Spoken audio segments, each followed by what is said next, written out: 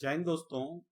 इसमें इस video section में हम लोग डिस्कस करेंगे 2008 से लेके 2021 तक पूछे गए फिल इन द ब्लैंक्स में जो important fill in the blanks हैं। ठीक है, इनको डिस्कस करेंगे। अपने एलडीसी एग्जाम में ये पूछे गए हैं। ठीक है, और मैं एक एक चीजों को एक्सप्लेन करूंगा और आप इस एक्सप्लेनेशन को जो है ना एक नोट बना लेना प्रॉपरली। ठीक है ना, और जिनके पास पेन ड्राइव कोर्स है हमारा, ठीक है, उनके पास ये क्वेश्चन पेपर ऑलरेडी होगा। और जो टारगेट बैच में है उनका ये टेस्ट था, एज अ टेस्ट था, तो उनको आंसर का डिस्कशन अभी मिल जाएगा। जो भी स्टूडेंट किसी भी exam CSF, BSF, SSB, CRPF, ITBP का एलडीसी के एग्जाम का प्रिपरेशन कर रहे हैं, ठीक है, तो द अकेडमी ड्यू का पेनड्राइव कोर्स आता है 4500 का। आप उसे परचेज कर सकते हैं। उस पेनड्राइव को आप अपने फोन में, लैपटॉप, फोन में चला सकते हैं। मेरे लिए वो फोन के लिए बना के रखा हुआ है। ठीक है, उसमें फोन में उसको आप ओटीजी लगा के आराम से चलाओ। ठीक है, उसमें आपका पूरा का पूरा कोर्स रहेगा विद कंप्लीट जो है उसमें आपका सिलेबस कवर्ड होगा। वीडियो के फॉर्म में पढ़ाया होगा, एक एक सिलेबस, एक एक चैप्टर, सिलेबस का एक एक part, subject wise, chapter wise. ठीक है, किसी भी, और यदि आपने उस पेनड्राइव को ढंग से कर लिया तो 100% आप एग्जाम क्वालिफाई कर जाओगे। 150 प्लस नंबर आपके 100% आएंगे। ठीक है, तो यदि आप पेनड्राइव कोर्स लेना चाहते हो और चाहते हैं कि 100% जब आप एग्जाम में बैठे हैं तो आपका जो है सिलेक्शन हो जाए, तो आज ही पेनड्राइव कोर्स लो। पेनड्राइव कोर्स के लिए 9205330671 पे आप कॉल करके उसका डिटेल ले सकते हैं, या कोई भी डाउट हो तो पूछ सकते हैं। ठीक है, 100% मैं आपको गारंटी दे रहा हूं। 2008 से हम लोग जो है ना डिपार्टमेंटल एग्जाम की प्रिपरेशन द अकेडमी ड्यू में करवा रहे हैं। 100% इससे बाहर क्वेश्चन नहीं आएगा आपका, 100% यही से क्वेश्चन आएगा।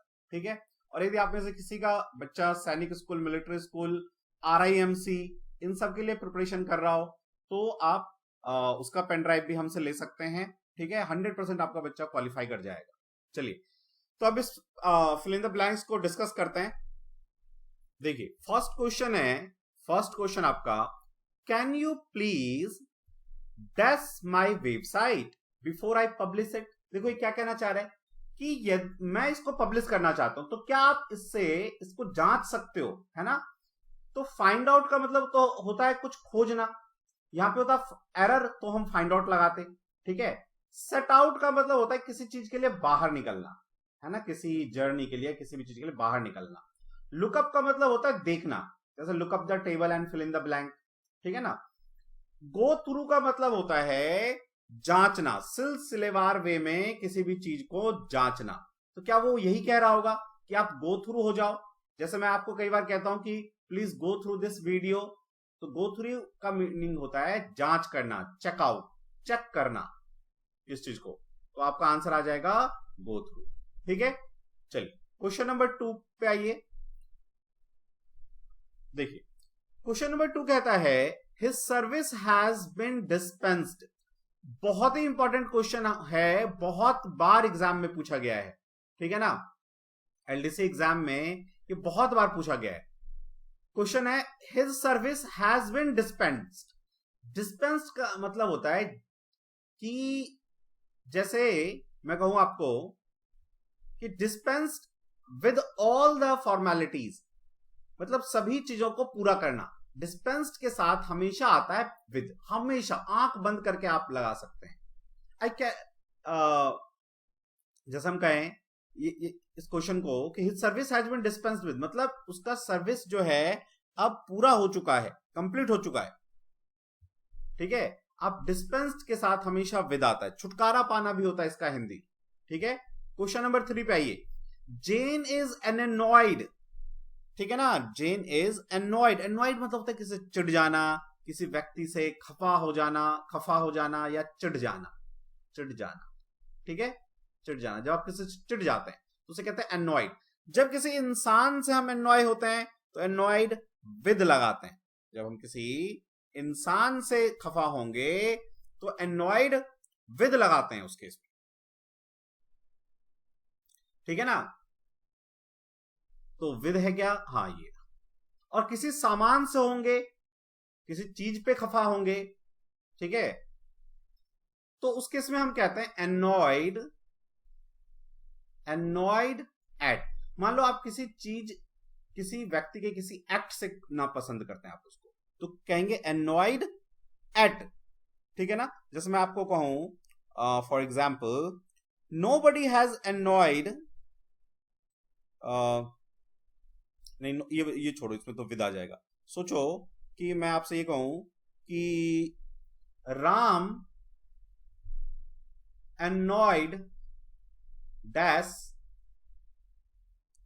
Ram annoyed dash the misbehavior of Supnakha, नखा। तो उसके बिहेवियर पे हुआ राम गुस्सा, तो उसको कहेंगे एट, ठीक है। Ram annoyed at the misbehaviour of Supnakha, और सूपनखा से चिढ़ जाता तो राम एनॉयड विद सूपनखा। समझ गए आप? विद और एट, यही दो यूज होता है, एनॉयड एट, एनॉयड विद। कहां पे यूज करेंगे? चलिए क्वेश्चन नंबर 4 पे आइए। देखिए क्वेश्चन नंबर 4 कहता है I am not angry dash you Paul, Paul मैं तुमसे एंग्री नहीं हूं, खफा नहीं हूं, गुस्से में नहीं हूं। एंग्री का मतलब क्या होता है? गुस्सा आना, ठीक है। तो देखो एंग्री में भी हम दो प्रीपोजिशन यूज करते हैं, एंग्री विद, जब किसी इंसान से, किसी मनुष्य से हम एंग्री हो, गुस्से में हो, ठीक है ना, मैन से, ह्यूमन बीइंग से, तो हम विद लगाते हैं। और एट, जब किसी चीज पे, समथिंग, किसी चीज पे हम गुस्से में आ जाएं तो एंग्री एट बोलते हैं। तो ये पॉल क्या कह रहा है? I am not angry with you, इंसान से खपा है ना, तो विद आएगा, ठीक है, एंग्री विद, ठीक है। जैसे मैं ये कह सकता हूं एंग्री एट के लिए कि I am angry at this conflict,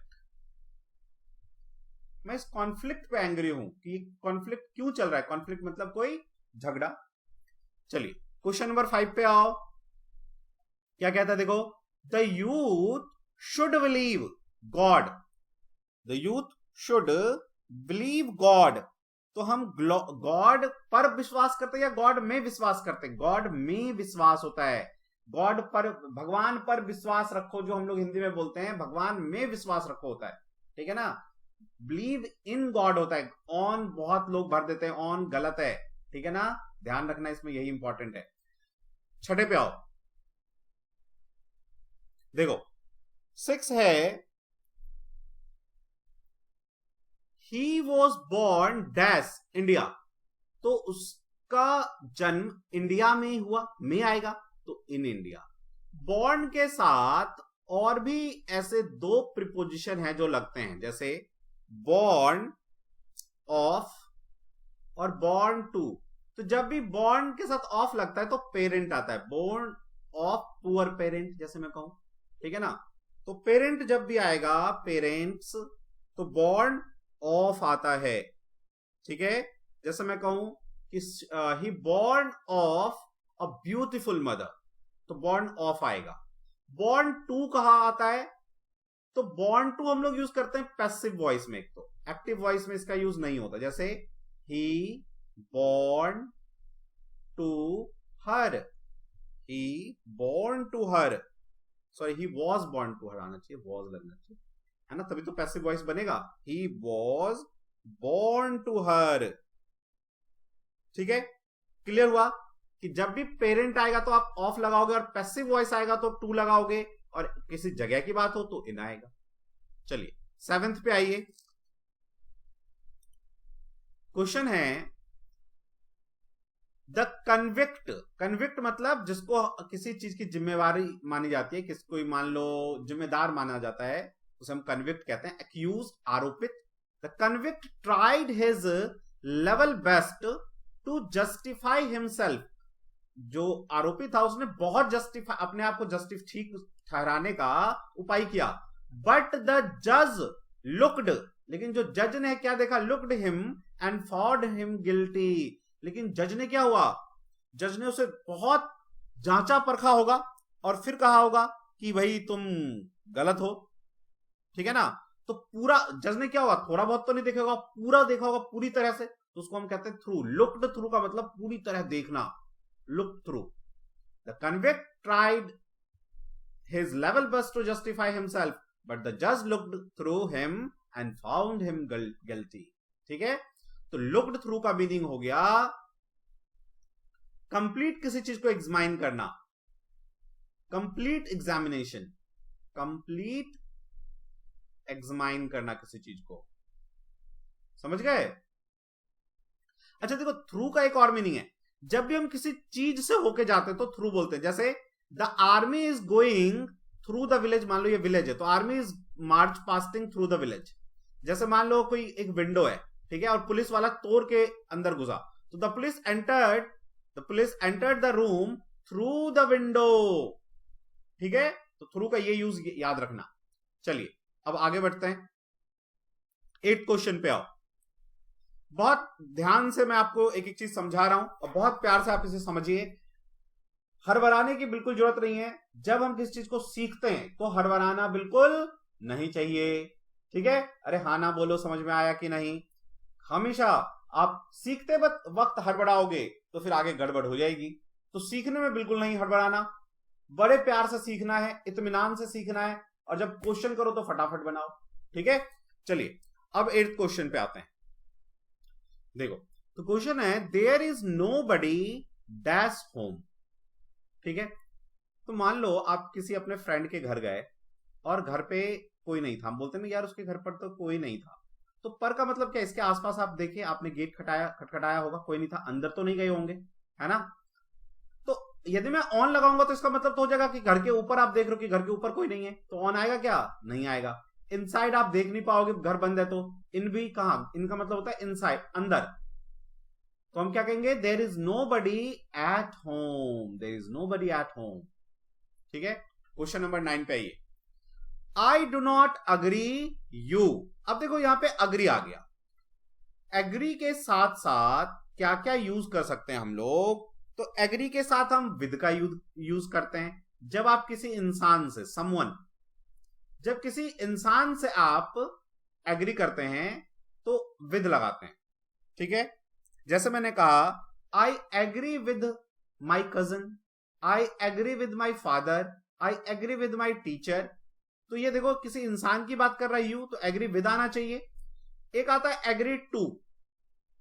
देखो एग्री टू तब हम लोग यूज करते हैं जब हम किसी के बात पर सहमत हो। जैसे हम कहें सहमति दिखाने के लिए करते हैं हम एग्री टू, सहमत। जैसे I am agree to her point, मैं उसकी बात पर अग्री करता हूं, तो अग्री टू हर पॉइंट, है ना। तो एक्चुअली आप उसकी बात पर कर रहे हैं अग्री। तो जब किसी बात पर सहमति हो तो टू लगाते हैं, जब किसी के साथ सहमति हो तो विद लगाते हैं। क्लियर है आपको ये, अग्री के साथ। लेकिन देखो एक एक्सेप्शन है, ऑन भी पूछा जाता है कभी कभी, एग्री के साथ ऑन भी यूज करते हैं। अग्री के साथ देखो हम लोग ऑन तब यूज करेंगे जब उसका मीनिंग हो कंडीशन। क्या मीनिंग हो, कंडीशन, किसी कंडीशन पे आप एग्री कर गए तो एग्री ऑन, ठीक है। जैसे हम कहेंगे Indian army agree on this proposal, इस प्रपोजल पर इंडियन आर्मी अग्री है, तो अग्री ऑन होएगा उस केस में। क्लियर। चलिए 10th पे आइए, क्या कहता है देखिए, he switched the lights dash and we should see much better. देख रहे हैं तो स्विच ऑन किया होगा, तो he switch the lights on, ठीक है। क्लियर है आपको ये बात। चलिए नेक्स्ट पे आइए, 11th पे।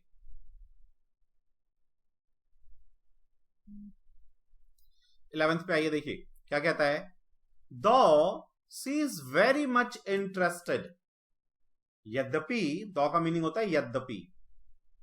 दो she is very much interested, वो बहुत इंटरेस्टेड है सिंगिंग, सिंगिंग में, तो इंटरेस्ट के साथ इन लगाते हैं, interested in singing. She is not good it, लेकिन वो उस पर अच्छी नहीं है, तो उसके ऊपर ऑन तो नहीं, उसके सिंगिंग के ऊपर बैठ तो नहीं जाएगी, उस चीज के लिए हम लोग एट यूज करते हैं। जैसे घर पे बैठ नहीं, अपॉन, ऑन का मतलब हो जाएगा घर के ऊपर, वैसे सिंगिंग के लिए हम गुड एट यूज करते हैं, गुड एट इट।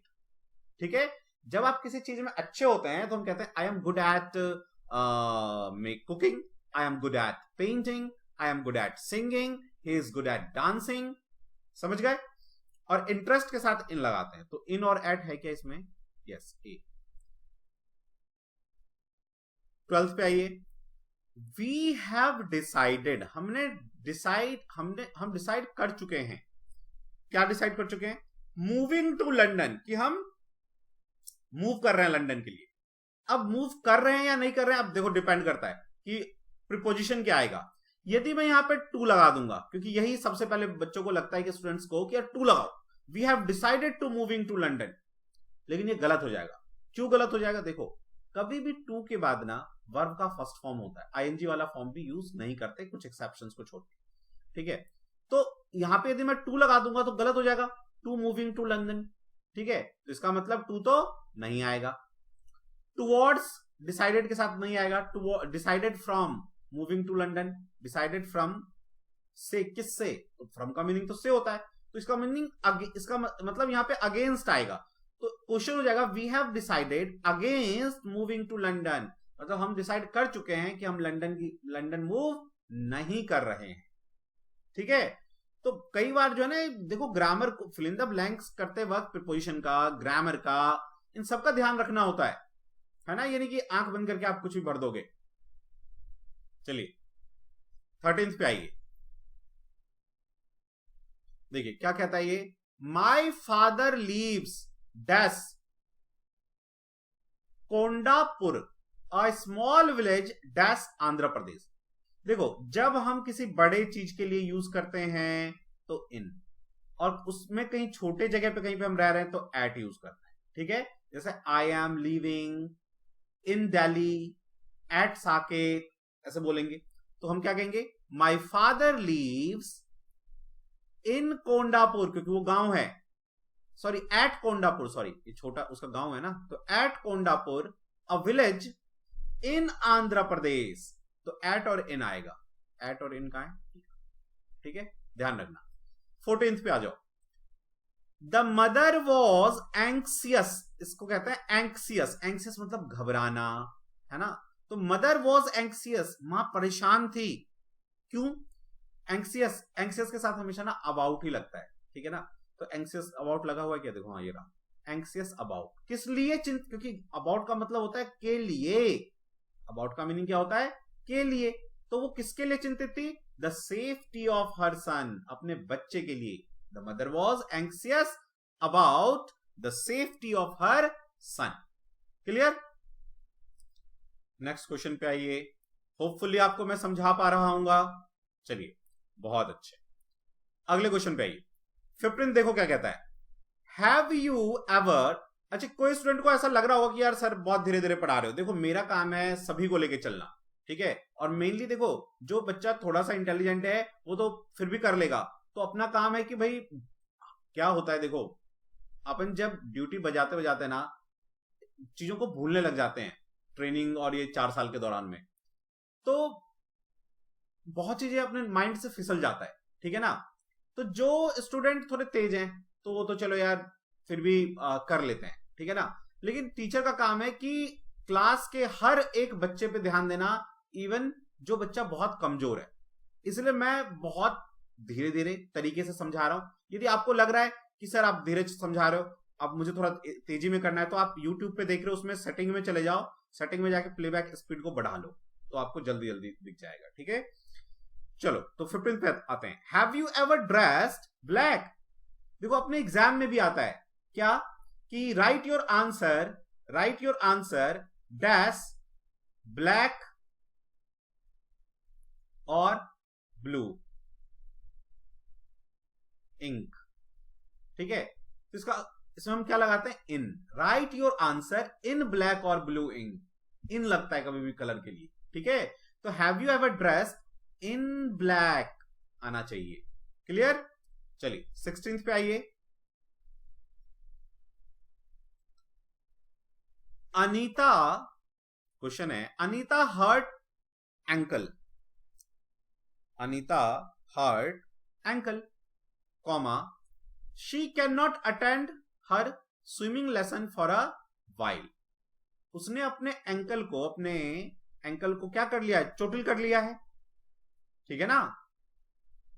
देखिए तो क्वेश्चन है, अंकिता, एक बार फिर से सुनो, अंकिता हर्ट, यहां पे एक्चुअली होना चाहिए था, थोड़ा टाइपिंग मिस्टेक है, her, Ankita hurt her ankle, ankle का मतलब होता है क्या? अपना एंकल एडी, ठीक है ना। तो Anita hurt her ankle dash she can not attend her swimming lesson for a while. उसने अपना एंकल को हर्ट कर लिया है, चोटिल कर लिया, अब इसीलिए वो क्लास में नहीं आ पाएगी। तो इसका मीनिंग क्या आएगा इसका? So she can not attend her swimming lesson for a while. तो यहां पे आंसर आना चाहिए सो, ठीक है। नेक्स्ट है 17th, क्या कहता है? आवर एंसेस्टर्स, हमारे जो एंसेस्टर हैं, ठीक है ना, हैड इमेंस डिफिकल्टी, उनको बहुत डिफिकल्टी हुई थी, हमारे पूर्वज, एंसेस्टर का मीनिंग होता है पूर्वज, ठीक है ना। हमारे ancestors, our ancestor had immense difficulty dash procuring books, उनको बुक जमा करने में, प्रोक्योर करने में, प्रोक्योर मतलब होता है जमा करना, ठीक है ना, में बहुत डिफिकल्टी होती थी। Difficulty in procuring book, book को जमा करने में इन आएगा, ठीक है। 18, why do we have always have to submit dash his authority, हमें हमेशा क्यों उसके अथॉरिटी को मानना पड़ता है ना। इसका मीनिंग ये है, क्यों सबमिट करना पड़ता है, मतलब क्यों मानना पड़ता है। क्लियर? तो फिर आंसर क्या होगा? देखो फिर से सुनो, वाई डू वी ऑलवेज, हमें क्यों हमेशा, have to submit dash his authority, उसके अथॉरिटी को। तो हम डायरेक्शन कर रहे हैं ना इसको, कि उसके अथॉरिटी को, उंगली दिखा के, कि उसके अथॉरिटी को, ऐसा आप उंगली दिखा के कहेंगे फिंडेक्स फिंगर, यार उसके अथॉरिटी को हमको क्यों मानना पड़ता है। टू हिज अथॉरिटी, जब डायरेक्शन दिखाते हैं तो टू यूज करते हैं। टू है क्या यहाँ पे? टू नहीं है इसमें, तो आना तो टू चाहिए था, लेकिन इसमें अच्छा विद दो विद छप गया है गलती से, यहाँ टू कर दो, टू आएगा, अंडर विद फोर नहीं आएगा, टू आएगा, डायरेक्शन यूज किया हुआ, ठीक है। चलिए अगले क्वेश्चन पे आइए, 19। तो 19 कहता है, the master assured her dash success in the examination, assured her what? Success in the examination, कि वो एग्जाम में सक्सेस कर जाएगी। तो उसके लिए हम यूज करते हैं ऑफ। एश्योर्ड ऑफ का मतलब होता है भरोसा देना, एश्योर्ड ऑफ का मीनिंग होता है कि भरोसा दिलाना कि आप 100% क्वालिफाई कर जाओगे। I am assuring of, if you use this pen drive properly, you will get the success in your examination, ठीक है ना। तो एश्योर्ड के साथ हम ऑफ लगाते हैं, ठीक है। 20 पे आओ, there is still a need dash further discussion, there is still, अभी भी जरूरत है फर्दर डिस्कशन की। समझ गए? क्वेश्चन ने कहा कि अभी भी जरूरत है कि फर्दर डिस्कशन हो। क्लियर? अब देखो, तो नीड के साथ हमें पता होना चाहिए क्या क्या लगता है। तो नीड के साथ सुनो, एक हम ऑफ लगाते हैं प्रीपोजिशन, और एक दूसरा प्रीपोजिशन लगाते हैं फॉर, ठीक है। अब ऑफ कहां लगाते हैं? नीड ऑफ का मीनिंग होता है कि कमी, जब किसी चीज की कमी हो तो हम नीड ऑफ लगाते हैं, ठीक है। जैसे मैं कहूं she has need of some water, मतलब उसके पास पानी की कमी है तो उसकी जरूरत है उसको। तो जब जरूरत हो और उसकी कमी हो तो नीड ऑफ लगाते हैं। और नीड फॉर हम कब लगाते हैं? जब हमें किसी चीज की ज्यादा जरूरत हो, ज्यादा जरूरत, जब आपको लगे किसी चीज की अभी और फर्दर इसकी फर्दर और ज्यादा आपके पास है, लेकिन फर्दर अभी और जरूरत है। तो क्या ये यही चीज बता रहा है कि डिस्कशन हमने किया है अभी, लेकिन स्टिल अभी और जरूरत है डिस्कशन करने की। हमने fill in the blank discuss किए हैं, लेकिन further there is still need for further discussion, अभी भी डिस्कशन करने की जरूरत है। तो जब लगे आपको कि कुछ कर चुके हैं लेकिन इससे ज्यादा की जरूरत है, तो नीड फॉर होता है। और जब लगे कि किस चीज की कमी है और उसके वजह से मुझे इसकी जरूरत है, तो फिर हम ऑफ लगाते हैं। जैसे नीड ऑफ वाटर, भाई पानी नहीं है तो हमें पानी की जरूरत है। ठीक है, चलिए, तो ये 20 मैंने आपको फिल इन द ब्लैंक्स करवाया। अब ये जो मैंने इन विद ये सब बताया है, इनको आप पहचान पाओगे। ठीक है, फर्दर हम और डिस्कस करेंगे। लगभग 200 क्वेश्चन यदि हम इसका डिस्कस कर लें, ठीक है ना, 200 क्या 100 क्वेश्चन है इंपॉर्टेंट, तो उन 100 क्वेश्चन को यदि आप डिस्कस कर लोगे तो 100% क्वालिफाई कर जाओगे। ठीक है ना, बाहर आएगा नहीं क्वेश्चन। ठीक है, तो आज ही अपने पेन ड्राइव को ऑर्डर करो और 100% जो है डिसाइड करके बैठो एग्जाम में कि यदि मैं बैठूंगा तो एग्जाम क्वालिफाई करके बैठूंगा, एग्जाम क्वालिफाई करूंगा, मेरा टाइम वेस्ट नहीं जाएगा। ठीक है, तो 4500 का पेन ड्राइव है, आज ही ऑर्डर करो। ठीक है, बहुत कम खर्च में, ठीक है, आपका प्रिपरेशन आपके घर में बैठ के आराम से हो सकता है। आप YouTube पे अभी क्या कर रहे हो, इधर उधर हाथ पैर मार रहे हो, ढंग से आपका एक सिलसिलेवार में प्रिपरेशन नहीं हो पा रहा है। ठीक है, तो आज ही 9205330671 पे कॉल करो, जो भी रिगार्डिंग पूछना है पेन ड्राइव के पूछो फर्दर। ठीक है, और बहुत प्रॉपर टाइम तरीके से प्रिपरेशन करो, ताकि आपका ना समय वेस्ट हो ना पैसा वेस्ट हो, और 100% जो है ना आप क्वालिफाई कर जाओ। क्या होता है जीडी बने रहना या कांस्टेबल बने रहना, कितनी दिक्कत होती है आप खुद जानते हो। तो थोड़ी सी मेहनत करोगे दोस्तों तो आप 100% क्वालिफाई कर जाओगे, आपका स्टार आपके वर्दी पे लगा हुआ मिलेगा आपको। ठीक है, चलिए मिलते हैं फर्दर डिस्कशन में, तब तक के लिए जय हिंद जय भारत।